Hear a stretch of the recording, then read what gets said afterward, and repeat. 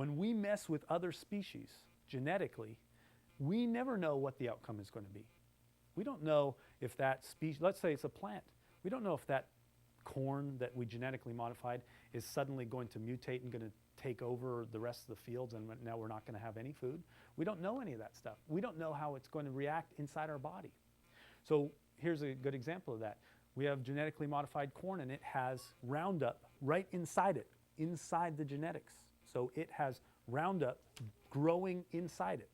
And when they give Roundup to rats, no problem. When they give the genetically modified corn to the rats, no problem. But when they combine the two, the rats have severe problems, develop cancer and all that kind of stuff.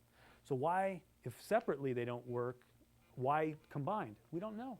Genetically, it's like a Pandora's box.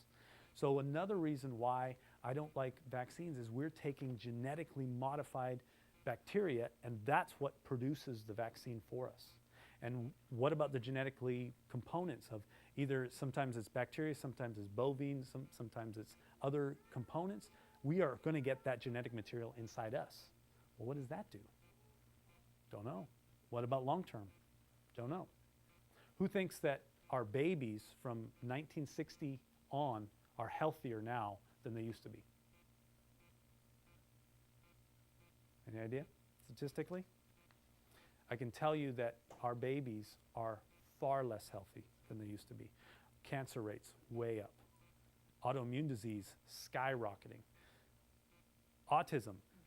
Anyone know what the latest stats on autism are? 1 in 50. 1 in 50 is the new CDC rates. 1 in 50. Now what's causing it? The government says, we don't know. But we do know that it's not the vaccines. Is there a problem with that logic? We have no idea what's causing these autism rates to skyrocket. But we do know it's not this. It can't possibly be this.